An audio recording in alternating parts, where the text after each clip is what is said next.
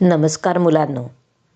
महिला प्रबोधन मंडळाद्वारे आयोजित संस्कार कवच या संस्कार मालिकेअंतर्गत मी सौ माधवी भूत महाभारतातील व्यक्ती आणि त्यांचे कार्य या विषयावर वेगवेगळ्या व्यक्तींच्या गोष्टी तुम्हाला सांगणार आहे. या आधीच्या भागात आपण महाभारताचे जनक कोण हे पाहिले. आज आपण महाभारताचे रचिते म्हणजे महर्षी व्यास यांच्याविषयी अधिक जाणून घेऊया. तुम्हाला परत एकदा आठवण करून देते की महाभारताचा कालखंड हा इसवी सन 5000 वर्षा आधीचा आहे. असा कालखंड आहे की ज्यावेळी आपली संस्कृतीशिवाय दुसऱ्या संस्कृतीचा उदय झाला नव्हता किंवा अस्तित्वात नव्हती. नाही कुठले धर्म, पंथ, जाती निर्माण झाल्या होत्या. आपला भारत देश म्हणजे संपूर्ण आशिया खंड आणि युरोपचा काही भाग म्हणून होता. महर्षी व्यासांनी आपल्यासाठी इतके भरीव काम केले आहे की आपल्याला दुसऱ्या कुठल्याही धर्माची, संस्कृतीच्या मदतीची गरजच नाही. अशा या महर्षी व्यासांचे कार्य आपण 2 भागात पाहणार आहोत. व्यासांना महर्षी का म्हटले जाते? व्यास हे नाव काय आहे? याचा अर्थ काय? असे अनेक प्रश्न तुमच्या मनात असतील. व्यासांचे कार्य पाहिल्यावर, ऐकल्यावर या सगळ्या प्रश्नांची उत्तरे तुम्हाला आपोआपच मिळतील. सगळ्यात आधी आपण महर्षी म्हणजे काय हे पाहूया.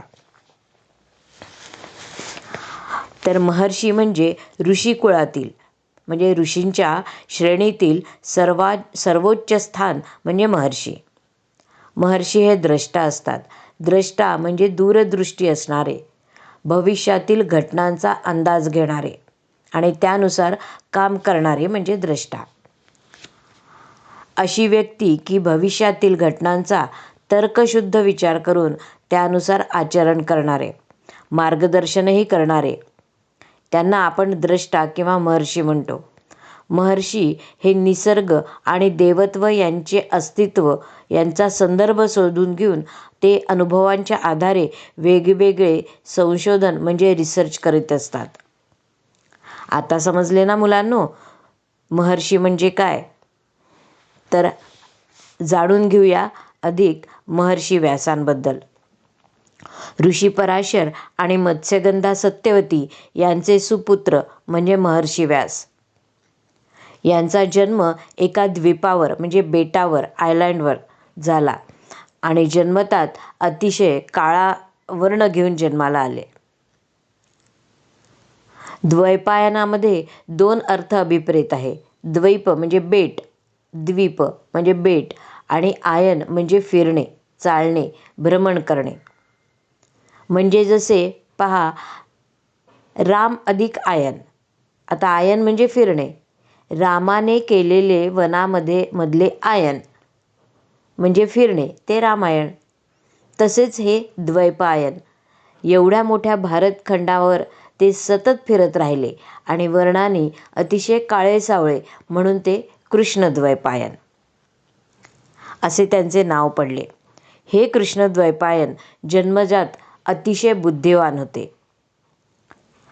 त्यांचे वडील पराशर ऋषी आपल्याबरोबर त्यांना घेऊन गेले.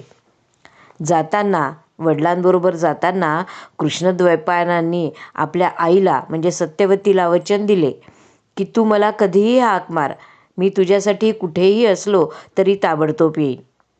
म्हणजेच काय, स्मरण मात्रेत प्रगट होईन, तुझी कुठलीही अडचण मी सोडवीन. तर असे हे कृष्णद्वैपायन म्हणजे महर्षी व्यास कसे झाले?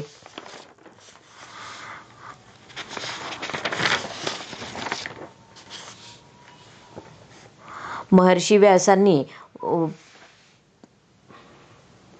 सर्वात प्रथम वडील ऋषी पराशर कडे अध्ययन सुरू केले.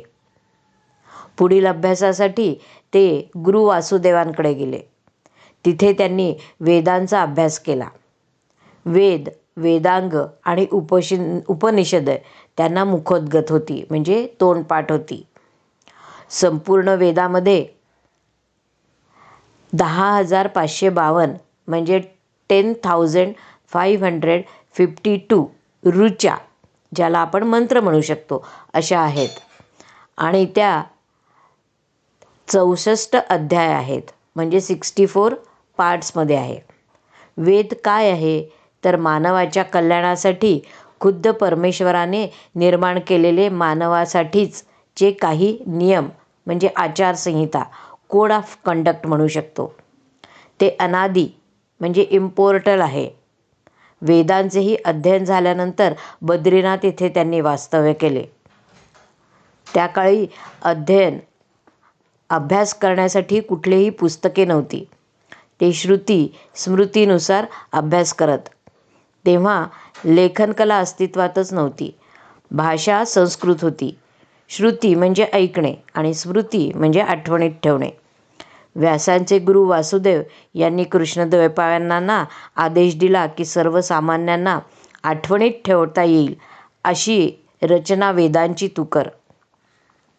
त्यांना माहीत होते की 64 भागातील 10,552 ऋचा पाठ करून लक्षात ठेवणे हे सर्वसामान्यांचे काम नाही.